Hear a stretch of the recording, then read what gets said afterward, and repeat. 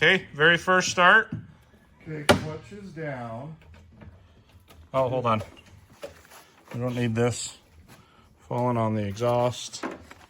I think everything else should be good. Clutch is down and it appears to be out of gear. Okay. See what happens. Holy shit! Our timing is at like 17 degrees. We need to retard it a little bit.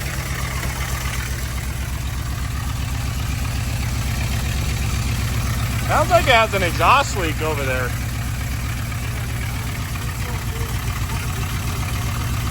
Does it have oil pressure? Yeah, it's showing about 70 pounds oil. Okay. I need to retard the timing a little bit. It's a little too advanced. I want to know what this noise is over here.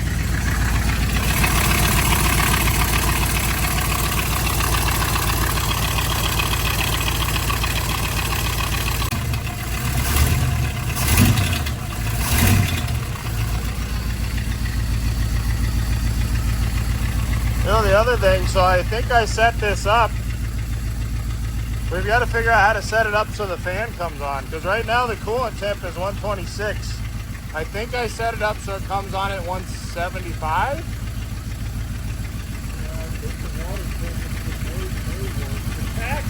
But at this noise, and remember it was making a weird noise before. But see if you can figure out what that noise is. But it is running. 153 coolant temp, 154. We've got our oil pressure still at 70 pounds, so that's good.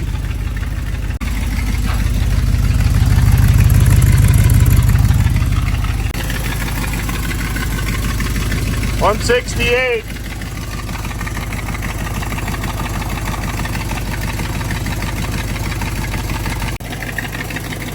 I don't know, now it sounds like it's right here.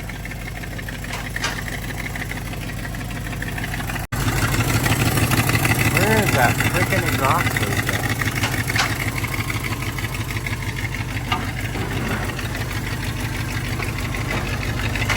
at? It's definitely the passenger side,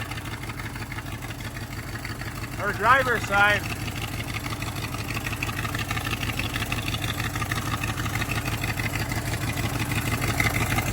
It sounds like it's like right there. I don't feel anything though.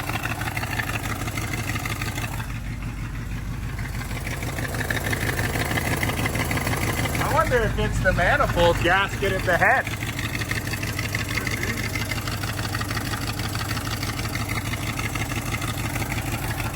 All right, let's drop it down. I don't want it to get hot. The fan still hasn't came on yet.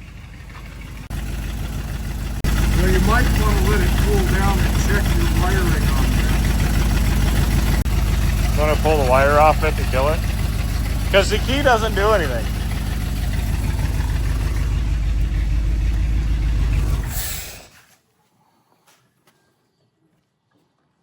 Yeah, I just pulled that all the way off of there. Well, at least we got it to start. Now we just got to figure out how to get the fan to turn on, which it is plugged in. I mean, I could verify some stuff on that, but it is plugged in, wire up, because this is the output for it, is this, which goes to that relay. And I did verify, I just jumped the fan just to make sure that the fan would come on, and it does come on. Because I wanted to figure out which way it needed to go for it to spin correctly. Right. But I think we should call that for a day, because at least we got it started. Man, and once it fired, it just fires right up. That's exciting.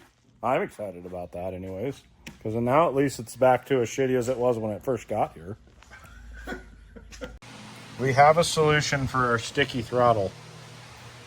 We've got the springs that came off of the carb that we're going to stick on there so that the throttle doesn't stick open like it was doing. And our brackets already have holes in them. Yeah, it's crazy. Yeah, even that one makes it way stiffer, and it's not sticking just with the one.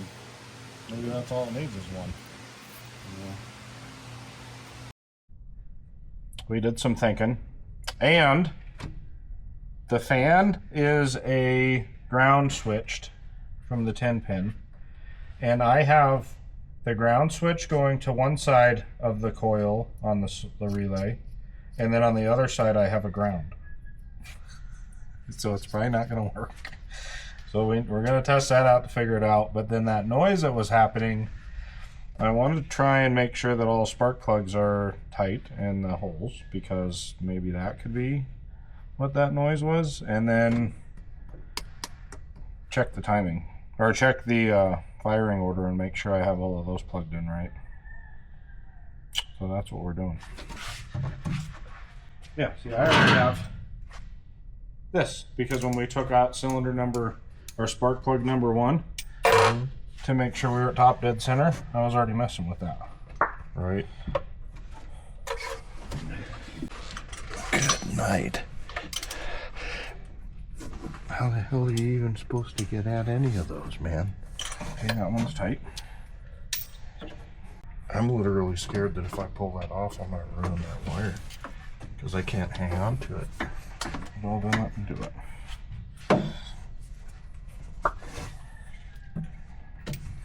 That one I don't even know if it's fully seated on the spark plug, to be honest.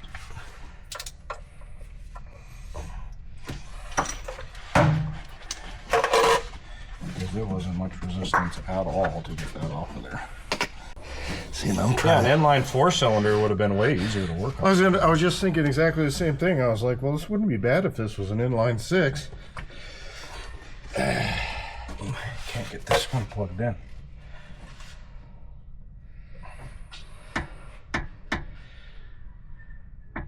I got one off on this side, and I'm going to let you do the rest.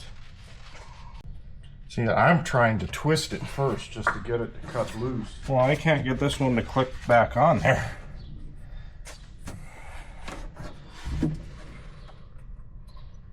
It's pushing on the spark plug, but it's not clipping.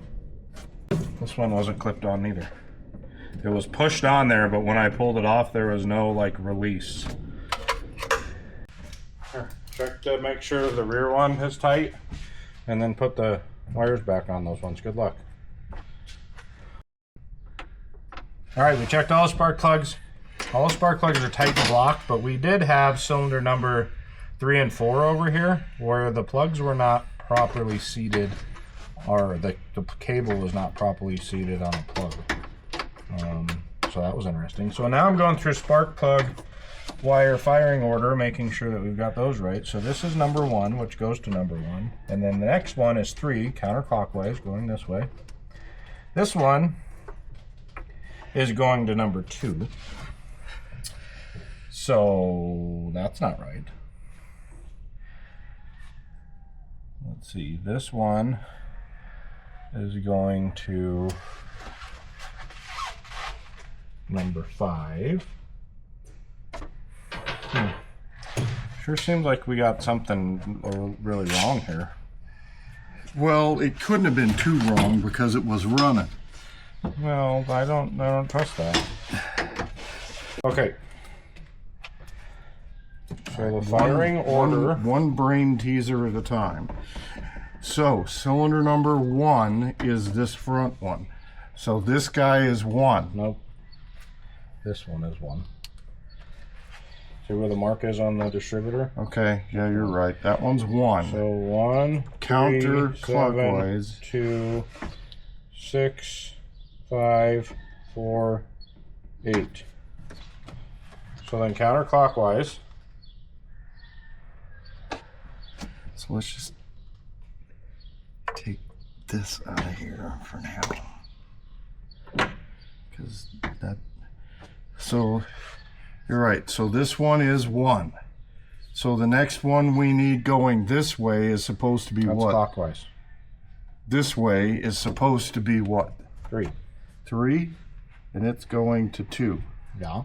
So before. Or no, is it really 2? No. Yeah, it is 2. Yeah, so 3. Cleveland is 1, 2, 3, 4, 3 5, 6, is 7, the next one. So don't unplug it yet because I want to. Oh, you want to just go around the way we have So it? I want to say old firing order is 1, 2. 2. We created our own firing order. I can figure out what it is without cutting it off. So which one's the next one? This one? So this is one? This is 1. This is 2. So this one is going to 7. That's right. 7. And then the next one is going to 3. That's wrong. It's going to the third one back over here. Is that 3? Yeah. Mm-hmm. Yeah, 1 is the first one. Okay, Next and then one. this one is yours. That's going to 6. Okay. And then the next one is yours again. That's going to 5. And then the next one is me, and it's going That'll be 4. all the way back to 4. And then the next one is you, which is 8. Okay. so So we have, so 1 is right, the next one is wrong, the third one is right, the fourth one is wrong, and all the rest of them are right. We just need to switch 2 and 3. so this one. So the second position and the fourth position need to be switched. That one and that one.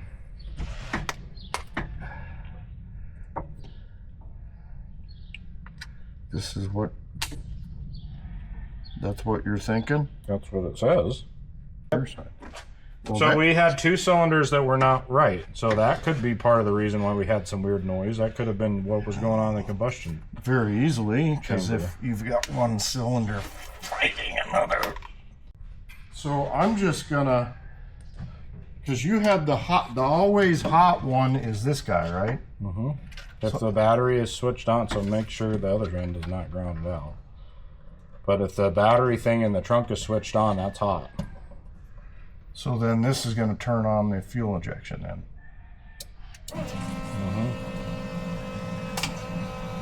60 pounds of pressure. Okay. So then if I want a hot here, because now the fan could come on when it hits temperature. Well, it doesn't. Oh, yeah. It could come on if it hits temperature, if that is wired to ground and that's the way it should be. Yeah, because your other. We just switched around, right? That's all we did. Yeah, because now, well, all I wanted to verify was, yeah, that your yellow one, see, because now that's going to ground in the computer and this side's hot. Mm-hmm. So we just want. Which it does say right here. That's a current sinking situation is what they call that. To have the Sniper EFI control any cooling fans, refer to the instruction manual. The ground outputs from the Sniper EFI and are used to trigger the relay on the ground side. Right. So then we're at a point where we could fire it up then, right? And we need to see. Theoretically. Yeah. Well, here, before we do that, let me just change this drastically so that the fan will come on like real low. they're really low. So I'm going to do this to 100 degrees. Sure. Yeah, because we don't want it freaking out, but we want it to come on early. So I'll do fan on at 110, fan off at 100. Or here, I could do lower than that. Because it's probably 80 degrees in the shop right now, I would think. Yeah. Fan on 100 degrees. Okay, I just saved that. Okay. Okay, we got our fuel prime. We ready to crank? Yeah. Everything is clear, right? Yeah, check your shifter. Is it? All right, here we go.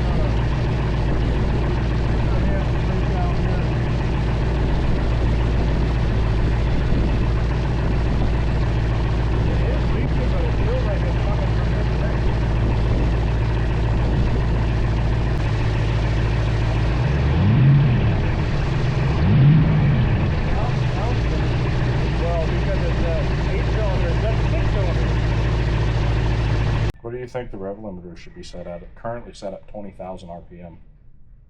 I would set it at 3,500. You think that that's too high, 20,000? I'd set it at 3,500 for him. I'm going to set it at 6.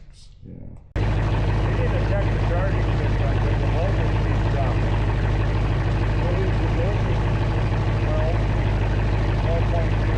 So rev it up and like bring it up to 1,000 RPM. Why is charging 14.2?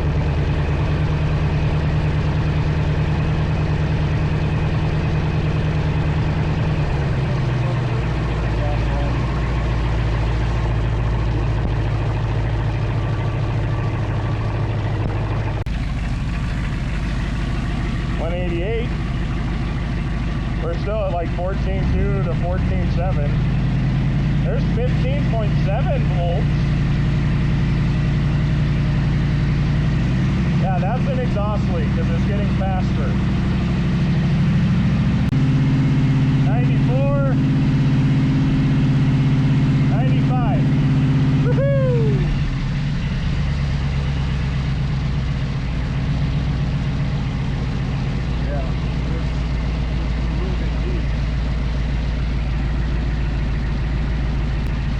That fan's drawing enough air, it should win and start pulling the temperature. 198 is where it capped out at. 196. That's the magic of electric fans. You get way more airflow when it's idling. When they're right. 195, so it is working.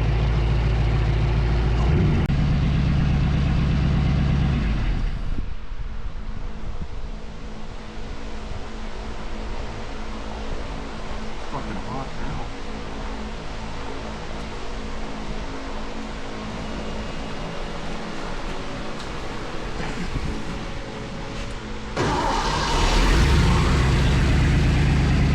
Fire's right up. Alright, so now we need to permanently wire up the fan, and we need to find a more dedicated 12 volt switched power for the Holley Sniper system, because right now when you crank it, the Sniper system loses 12 volt switched power if you use that block right there. So we need to find a better 12 volt remote source. It is leaking oil from the oil pan at the front gasket under the timing cover. Yeah. How annoying is that? That's typical though. Fucking things. I even silicone the freaking thing in there. Clearly I didn't use enough. Dumb. Super dumb.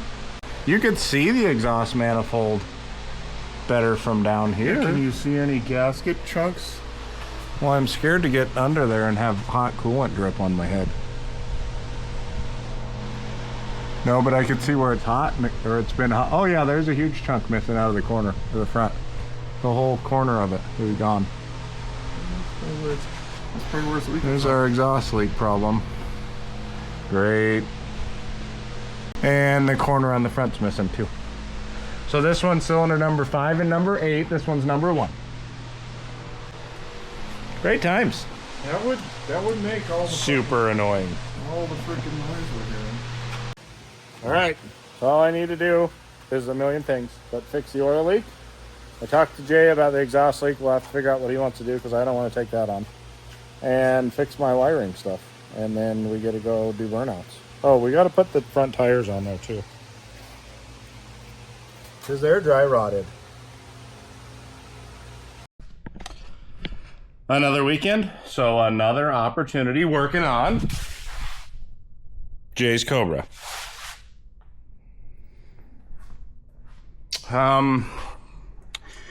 You know, we've been doing lots of stuff, so let me just renew my brain with what we got to do here.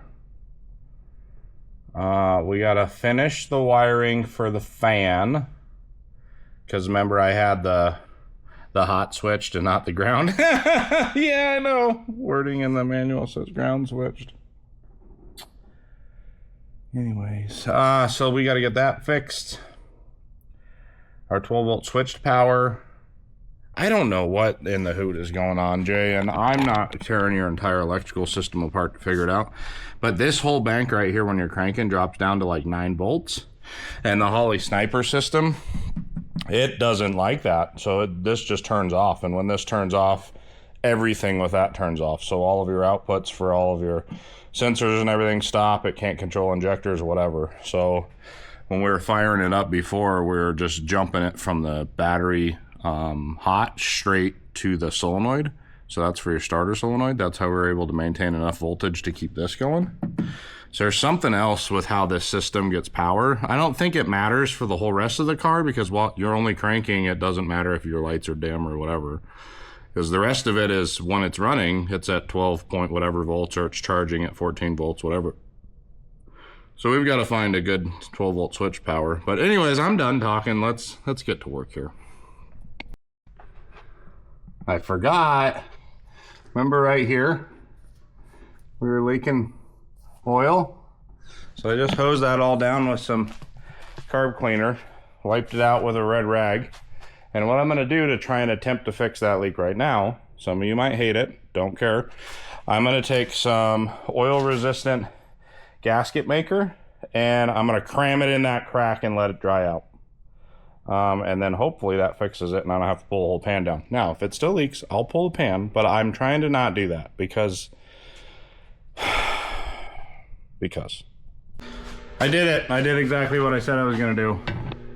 I don't know if you can see. Hold on. Let's get a freaking light here. Crying in the mud. Can't see in the dark. We got like 6 of these guys. I don't know where half of them are. Okay. See? What I did is I worked some of that silicone back and forth to cram it in there, and then I tried to smooth it over. It's a little rough, but that needs a setup for 24 hours. So I've been running around cleaning up the shop because I had a disastrous mess. You can see the top of this bench again. I had stuff in those chairs over there and stuff on top of that engine. I still got some stuff over there I gotta clean up. Anyways, we're gonna fix the wiring stuff now. So let's lower the car down and we'll take a gander at what we're gonna have to do that. All right, are you paying attention? This is what I'm trying to show you here, all right? This is the ignition, took it out of the dash. Let me hook up my wires here. I got excited, not ready. Go to ground. So what we're trying to figure out is we need a constant 12 volt that we can utilize for the Holley remote power. So we need to see what this ignition does. So can you see this here? So that is our 13 volt constant. That's straight to the battery. We don't want that. Right now, ignition's off. See, you take the key out. So we don't want that one. So we need to figure out of all of these. This one says ACC for accessory. So we need 12 volts when we have the ignition and accessory. Okay, we do. And then we also need it while we're cranking. That one won't work. You realize how when I cranked it didn't try and start? I took the starter cable off of the starter solenoid because we're waiting for the silicone to set up. So anyways, drops to 0. 0 ain't gonna work. Let's turn this stereo off. We don't need this nonsense. What about this one? What's this one do? So that's only battery voltage while it's cranking, so that ain't gonna work. Last one. 14 volts, that's because we got the charger on it. 14 volts while we're in accessory and cranking, it does not drop out. That just goes to show how much that starter solenoid draws. That draws a volt. So 13 volts to 14 volts, and that's without the starter even running. So what we need to do is this wire right here, this is on the ignition part of the switch. We need to run a wire from here into the engine compartment, and that will be our 12 volt switched power for the Holley. This thing has AM and just aux in. Where the hell is FM at? FM. That's color. I don't know what that does. How come our source only goes to AM and aux in? There's no FM on this. How? That doesn't even... I don't know. How do I... What do I do with this? I got super excited and I wired it and installed the switch and everything. Didn't even show you. Anyways, right back in there. So I ran the wire through a factory hole in the factory loom down there. And then I crossed and zip tied it on the bottom of the dash. The next thing I need to do is this. So I'm gonna have to punch a new hole in the firewall, which I'm not super happy about, but I do have some grommets. So I need to measure that, find a grommet that fits, and get that done. So let me get my grommets out. Oh, those are E-clips, those aren't gonna work. Here we go. Gauge is mounted. So I mounted it there for two reasons. It's protected under the dash, plus that's like perfect spot when you're sitting in here. So let me show you.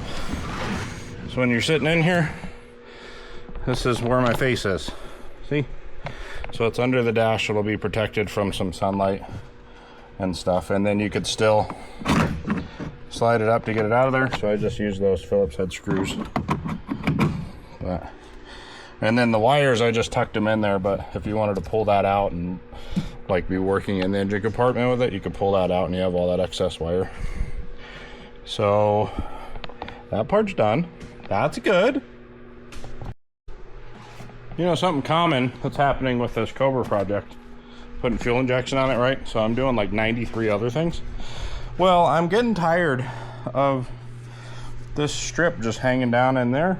And see that corner is too. So what I did is I just dry fit these clamps in here. I have this weather strip adhesive I'm gonna put on there. I know this is crooked. You know why it's crooked? So you can read the frickin' gauge over there. All right, get over it. All right, you want to learn a trick? You don't want to spend the money on spark plug holders. You can just make one with some zip ties. So let me get this one in here. Hold on. Just hold your horses. So what you do is you go one zip tie all the way around your wires. And then you do a zip tie in between the wires. And then you need to figure out your lengths the way you want them. Tighten up the zip tie that goes around all the wires so it's snug. Doesn't need to be super tight. And then tighten up the ones that's between the zip tie, or between the wires. Now, you can make this look much nicer than what I just did, but that'll do, pig. That'll do. So, that's what we're looking at. See? I mean, it's not the prettiest, but it's fine. It's going to hold them in place. So then this is what it looks like. Get you a light in there so you can see better. Ta-da! So I'm just going to cut those tails off and then we'll be good. Next thing, we got to change these things out. So we've got this lifted up. These things are dry rotted pretty good. But I got new ones. So let's take these off of there and swap them out. Here's the problem I'm having with this guy. This thing's cracked, so what it's doing is this is trying to skip the threads. So I don't want to come off of there. I have to remove that to get to the lug nuts. So I'm going to try and lube it up. Get some of this on the threads to try and help out. And we're just going to have to beat it off of there. Whatever happens, happens. I already called this company. They no longer support these wheels naturally, so you can't even buy these from them anymore. Man, I'm trying to be careful with it, but this thing's just locked on there. I think the only way I'm going to be able to get it off of there is break it. It is seized to this and it is not rotating. So it's already cracked there. I'm just gonna try and break it off the rest of the way. Sucks, sorry Jay, but I gotta change these tires. This is the only way to get it off of there. Try and do some more research and see if we could find another replacement knockoff thing like this. The good thing is it doesn't serve any purpose other than aesthetics, but it still sucks. There's that piece. Yeah, this sucker is just locked in there.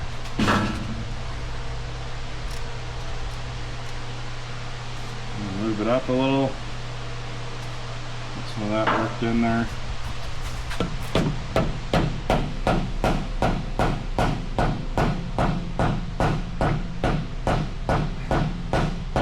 The issue. The issue is this piece is threaded and it's wedged underneath there. So you can't really like grab it and pull it out of there. You gotta beat it around there. So I'm gonna keep fighting it.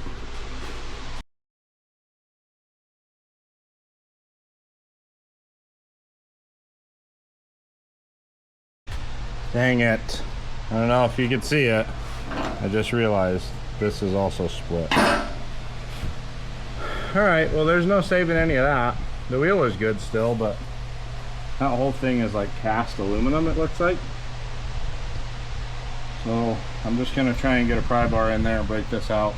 This one, as I'm tapping it around, it just keeps popping threads back. So I'm trying the best I can, but I'm not making much progress. I'm just destroying more stuff. So let me try and see if I can split that. Man, that sucks. I'm sorry, Jay. But this is the only way it was coming off, whether it was me doing it or somebody else. It really sucks.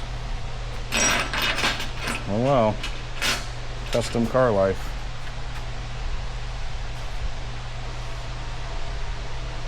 We gotta take the center cap off of there because it won't go on the balancer with it on there. So I'm just removing it here.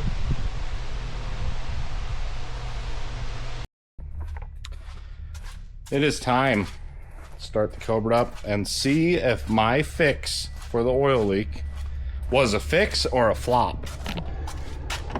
So I'm going to sweep some of this floor dry and stuff out of the way, so it'll be really easy for me to look under the car and see if it's leaking still. Let me do all of that right quick and we'll lower it down and fire it up. All right, let's go.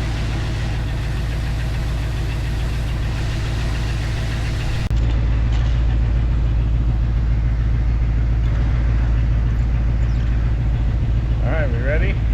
I don't remember where reverse is.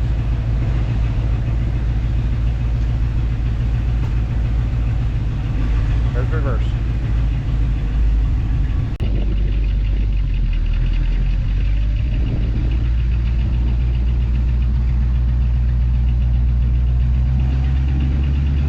Got a wicked foot cramp right now.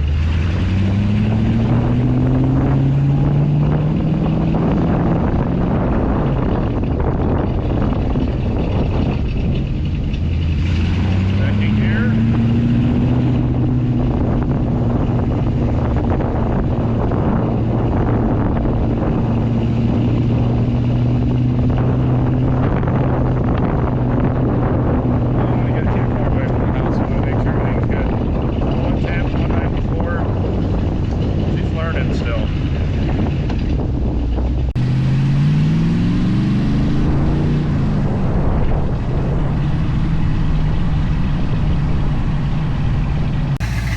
The Cobra is on the road.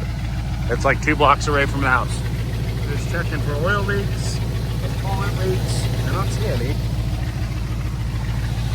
The fan is ripping, so that's good. She is filthy. I just wanted to double check before I kept driving it. Alright, this is how you gotta get in this thing. You gotta kind of sit up on the seat here. Like this, slide down here. All right, let's start this camera back up and turn you off. This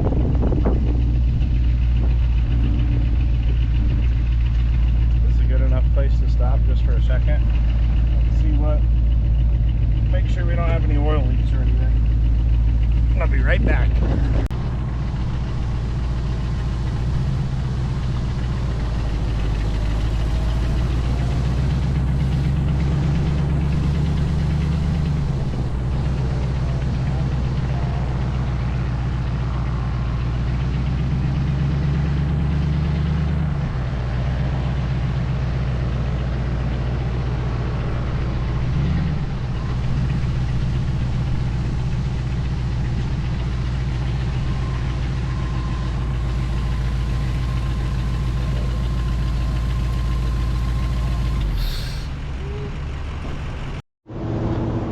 right, we learned something. We learned that this has a 20-gallon tank in it because we put 10 gallons in it, remember? And then I just put 9.8 gallons in it. So that's good. We also learned that I can never remember to make sure that my batteries are fully charged, so this is dead already. So we got you. We're good to go. I checked under the hood. No oil leaks, no coolant leaks, everything looks good. We fired right up. Got down to 11.8 volts when we're cranking. So reverse and first is close in this, but go ahead and turn around in this parking lot and head back home.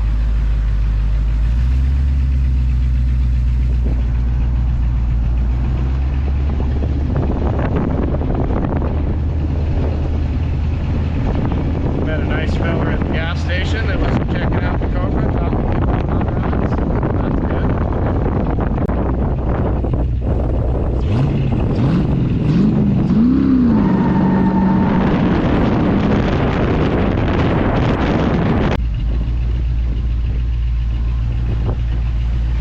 Skid plate.